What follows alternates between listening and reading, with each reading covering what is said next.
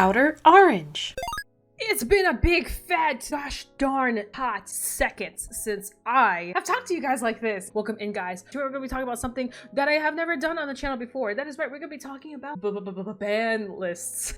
I've never actually really done one of these. I've talked about amongst my peers and stuff like that, my friends and stuff like that, but I've never actually made a video on a ban list. So today, we're gonna do that. So let's get started. We are potentially getting a ban list. Everyone's kind of talking about it. It is for V Premium, and y'all know how I feel about V. V is one of my favorite formats. Very knowledgeable in it, so I'm really excited to kind of talk with y'all about what we could potentially see in V Premium if they touch anything, what those potential touches could be. I'm really excited to talk to you guys about it, so let's go and kind of discuss it. So we all know that there's been kind of like the boogeymen, Bermuda Triangle with Prism, and then we have Melody in there, and then we have VANGUARD with Shadowverse, and not Shadowverse.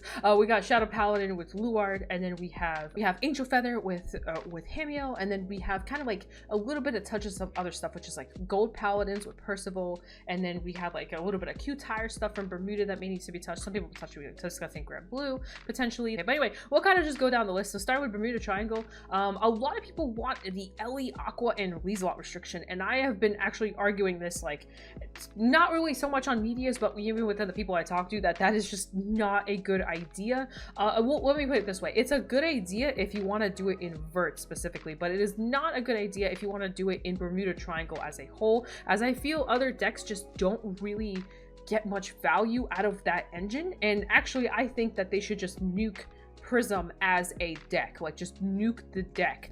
Don't touch the actual clan, just nuke the deck. So personally, I actually think two cards could potentially be hit, or that should be hit. It is Rosa to 1 or Clear to 1. Either option I think will be fine. Some people argue one is better than the other. I personally don't care. I think either one hit will stop the engine. It'll stop a couple things.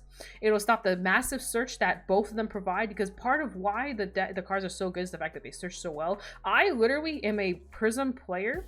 I don't even run Sedna. Grade 1 that searches for grade 3s. I don't even run Sedna, and I literally hit Vert every time. I never miss because of the grade 1 and the grade 2. Like, that is just how ridiculous that engine is. And I think if we're going to really touch something, I think it should be specifically within the archetype itself. They could potentially release, like, you know, like Prism cards that maybe aren't as ridiculous, or, you know, other options that don't do as much for the engine. But I think that touching the actual engine is the way to go. I don't think if say you do ban like Lieselot or choice restrict Lieselot with Ellie and Aqua or whatever, I don't think it'll ever truly stop the engine. We just recently got a new grade 2 in Bermuda Triangle. That new grade 2 can replace Aqua, then you can still run Ellie, and I think you'll be perfectly fine. You can't bounce as fast, but I don't think it stops the overall pure engine of Prism fast enough. I truly think that deck just needs a nuke. There's just too many things that deck does that it shouldn't be able to do, and it just has too many resources for very little value. The only thing that really destroys it is early pressure. Any form of early pressure of just killing you before you get your engine destroys it. But outside of that,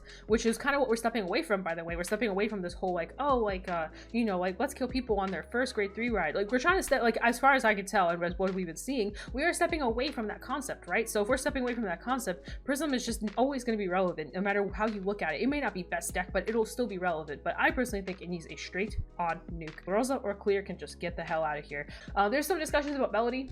Melody is extremely potent right now in Japan, especially. It's very known. A lot of people are talking about, you know, how to hit it. I personally think that I'm actually not like a really big Melody player. It's not really like my main thing, and I just don't really care about that deck. I actually don't think it's like that terrible. I think when it hits its engine, it hits its engine, but it's a grade 3 engine, and you need so much stuff to kind of make it do its thing. It pretty much plays like Uranus, where if you hit your stuff, you do it cool. I actually think Uranus is a little bit stronger just because it can just destroy you faster, and it's less piece relied in my opinion, and it searches a lot easier for the pieces than Melody does. Melody, you have to soul charge and hope you hit everything in time, whereas like Uranus, I think, just kind of exists and can pretty much kill you even if they misride. They can ride onto a horse, literally the PG horse, and they can actually still destroy you. I've been there. It is a good deck. It does have a lot of guard restrict, does have a lot, and because of that, maybe potentially Meep can be touched, maybe to 1, maybe banned, and that's kind of where I'm kind of sitting with that. Like, maybe just doing something to Meep to kind of just force that search out. But anyway,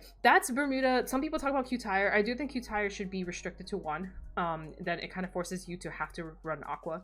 And then if it forces you to run Aqua, then you have to hope you hit the bounce, you have to hope you hit the Q tire. You have to see the Q tire in order to actually do Q tire, in order to do Aqua to bounce. So I think restricting Q tire to 1 just kind of lowers the consistency of Q tire, thus lowering the consistency of everything else. And I think that's fine. And this is for V. I know Premium might be a whole different story. This is strictly for V, but I think that's a pretty valid thing. It kills off like the Prism Highlander aspect. So me being one of them that plays like Q tire 2, some people play it at 3, all that stuff. I think keeping it at 1 will force me to have to play other stuff, which I guess isn't too bad. But 2, it forces me to not rely on Q tire, and relying on Q tire is really good because Q tire is really good. So that being said, if you put it to 1, I might as well just honestly take it out of the deck, maybe not run Highwind anymore. I don't know. That's the thing. But I think putting Q tire to 1 isn't bad, because that way it forces it to be strictly in Highlander where it should be, and it forces it not to be in other decks as much. So I think that being to 1 is fine. Also makes the Pearl Sister engine just a lot less reliable. Going on to Shadow Paladin, I'm gonna kind of just keep Shadow Paladin short because it's not me. I don't know. Like, I play against Shadow Paladin, but I'm not a Shadow Paladin player. Like, I know how to deal with Shadow Paladin, I know what they do, but as a Shadow Paladin player that I'm not, I don't know what needs to be hidden there. Some people are talking about maybe eroding the actual card. Some people are talking about Abyssal Owl. I personally think that Abyssal Owl is a good approach. I've seen like Luar players just getting like this fat hand off of Abyssal Owl because you can call it out, you can switch out, do all this and that. So honestly, I think Abyssal Owl getting choice restricted with Luar, probably the right call. Angel Feather. Now there's a big discussion about Angel Feather. As someone that's been facing an Angel Feather main for quite a while, I personally, how do I put it? Obviously we're gonna talk about the boogeyman. It's Hamiel. Hamiel is a problem. Hamiel's been a problem. It's kind of degenerate, blah blah. A lot of people talk about like banning it, and some people talk about restricting it to 1. I personally don't think restricting it to 1 will do much. I do think it needs a ban. However, I'm nice. I think just pushing it to 1 is fine. I know you can search it out through the drop zone, you can do all this and that, blah blah blah. They have other, but keep in mind, so too, they have Feather Palace and a couple other cards that kind of do similar things, not the same, but they do similar things. And I think just letting the Angel Feather player be able to choose, I think is perfectly fine. And some people will argue like, oh, well, you can just get once you get Hamiel, you can get it out. Well, you have to get to it, and there's actually ways to play around the Hamiel engine. You can actually deny the first Counterblast if they ride the new Celestial Girl. It's the grade 1, not the one that just came out, but the one in the previous selection. If they ride the Celestial Girl and then they ride Joff Kill on top of that, they have a really insane plus engine going. You can just deny that, just not swing, which means you're pretty much denying them the chance of searching. You're denying them a lot actually, and they may not even hit Hamiel on grade 3. But I do think Hamiel being at 1 is probably the better option than just straight banning it. I don't think the deck deserves a straight nuke. I personally want it at 1. Some people may argue that it should just be banned. I don't necessarily disagree, but I'm gonna stick to the 1 option just because I think that's probably what will happen. Next we have Grand Blue. Now there's been a lot of discussion about Grand Blue. I have been hearing a lot of people talk about Grand Blue. Oh, ban Negrobone, ban Skull Dragons, ban Greedshade, ban Columbard, ban just ban. It's been like this big talk. I'll be real. I am a pretty advocate Grand Blue player. I do not think that Columbard and Greedshade should be touched at all. There's like some people talking about a choice restriction between the two. I think it's a bad idea. Honestly, part of it is you're literally touching the toolbox that makes Grand Blue, and I think choice restricting the Greedshade and the Columbard will just kind of kill off the clan. I know since it's a choice restriction, so you can just choose between the two. Yeah, that's great and all, but you kind of need both. If you look at a lot of decks, a lot of people will run either 4 of one or 2 of the other, or 3 of one and 4 of the other. Like, there's kind of like this like ratio. They usually don't run 4 and 4 of each, but they'll usually like mix and match between the two. And the reason why is because it's a toolbox deck, and that's kind of what toolbox decks do. Like they need the resources. I think killing off that engine kind of kills off the clan. Like there is only so much you can do. You're very restricted, and there's really no replacements. If you look at the entire card pool of Grand Blue and V Premium, which by the way, it's not that big. It's actually relatively small. There really isn't that much. So there really isn't much to look at. There's Ruin Shade.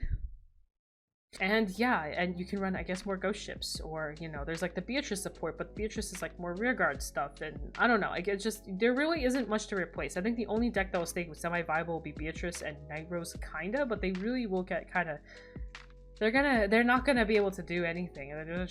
They're just gonna be, I don't know. I'm not for it. However, I do think that there is a card that can be touched, and I do think it's a better touch, and I think it's an overall better over time touch, and that is Navigator.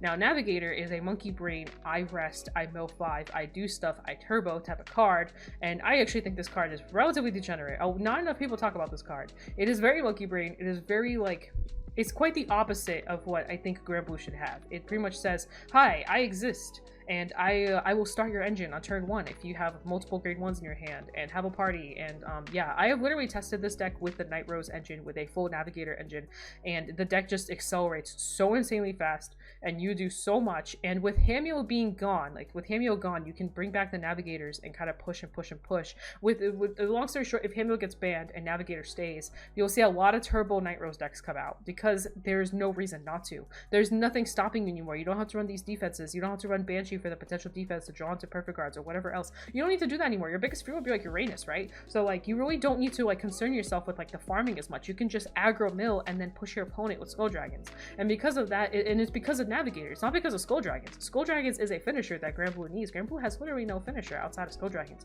But Navigator accelerates the finisher like ×2. There's literally no other card in Grand Blue outside of Cocytus that truly mills that fast. And Cocytus is really slow because of the way, because it's a Vanguard that exists, but Navigator is a rear guard that you just rest and it just exists and you just do stuff with it. It is just good. And on top of the fact, it also synergizes with Jessie, which is a ghosty that recently came out. If you rest 2 rear guards with Navigator and then call Jessie out, you're really not losing anything. So long story short, if people truly want something touched in Grand Blue, my personal, as a Grand Blue player, as someone that's been testing literally every single archetype in Grand Blue, I truly think Navigator could be the thing to go. It can go to 1. That way you're being forced to play Bombard more. Then they have to counterblast to call it out, and then they have to force cards from hand to then, you know, rest with the Navigator. And it also kills the turn 1 play. You can't turn 1 with Navigator anymore unless you literally draw into it. But then you also have to draw into another grade 1, and it just kills the engine a little bit. People can't start turboing on turn 1. So I think pushing Navigator to 1 is a better approach than killing the Greed Chain Bombard engine. But that's just me. Percival is a very weird card. So Percival is insanely strong. However, we recently got support for the Blue Flames, whatever, you know, Percival. Pretty much it's in Percival's name, it's in Agroville's name, whatever you want to call it. So a lot of people are saying ban Percival. I disagree. I think Percival should there's a couple approaches to Percival. So I don't think banning is the answer, because there's literally support that Percival just got for his own deck, for his own type of archetype. And because there's a whole thing for his own archetype, there's no reason to ban the card. You can choice restrict it to the bluish flame archetype, meaning you can only play it with the grade 3, like the new grade 3 that they just got, which is the bluish flame. They literally work off each other. The skill literally says if like Percival's and Soul do stuff. You know what I mean? Which is fine. So banning it literally just kills off that entire engine, by the way. So that is not the answer. So you can do that. You can choice restrict it, or you can push it to 1, or you could just errata it to where its skill literally says when placed, if your Vanguard is, you know, the Promise Core or whatever his name is, then you know, like, do the skill, like do the Excel skill. And I think that's perfectly fine in that archetype, but I don't think the card should get banned. I agree that the card's degenerate, but killing the card kills off that entire deck. Like, I think the deck needs the card, but that's just me. I know, and I don't know how much stronger it'll make the deck. Like, it doesn't seem like it's doing too well because of Duke, but I think once Percival is out of Duke, then it'll be fine to play it in the Bluish Flames deck, and I think that's perfectly valid, and I think it would actually even be perfectly fine. The deck is not like that insane, and that way people can only play it in Bluish Flames, and then the card's not degenerate anymore. Suddenly it's just a normal ass card. So it's just fine. It's just a normal card. It's already a hard once per turn, so you know you can't spam it. So I think it's fine there. So that's my personal opinion on Percival. I do think that there's gonna be some like degeneracy going on with Uranus. Uranus is already like pretty peak. The deck's actually really good. There's another deck that's up there. It's Link Joker. Link Joker is actually also really good that no one's really talking about. There's a lot of Excel decks that are going to start coming out once, you know, all these restrictions start happening.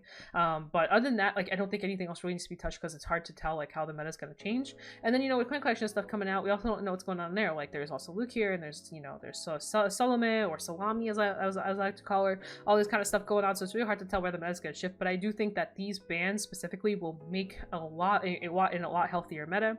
I think the reason why people even want to ban this at this point, people I think are just tired of the current meta. They want to change, and I'm all for it. I'm with y'all. I want to change. But anyway, other than that, guys, just keep in mind I am streaming tonight. That's right, tonight there will be a Twitch Gosh, I can't talk today. A Twitch stream for, well, it'd be technically Tuesday morning, but at 1 a.m. Eastern time Tuesday morning, I will be streaming the product stream, so we'll see if they actually do hit the ban list, and I'm gonna be doing a bingo board. That's right, a bingo board. Let's check out my bingo board. Boom! And I will have this link below for y'all in the description so you guys can also join in on the bingo. But pretty much I'll be streaming this bingo right here. That everything I talked about today is on here.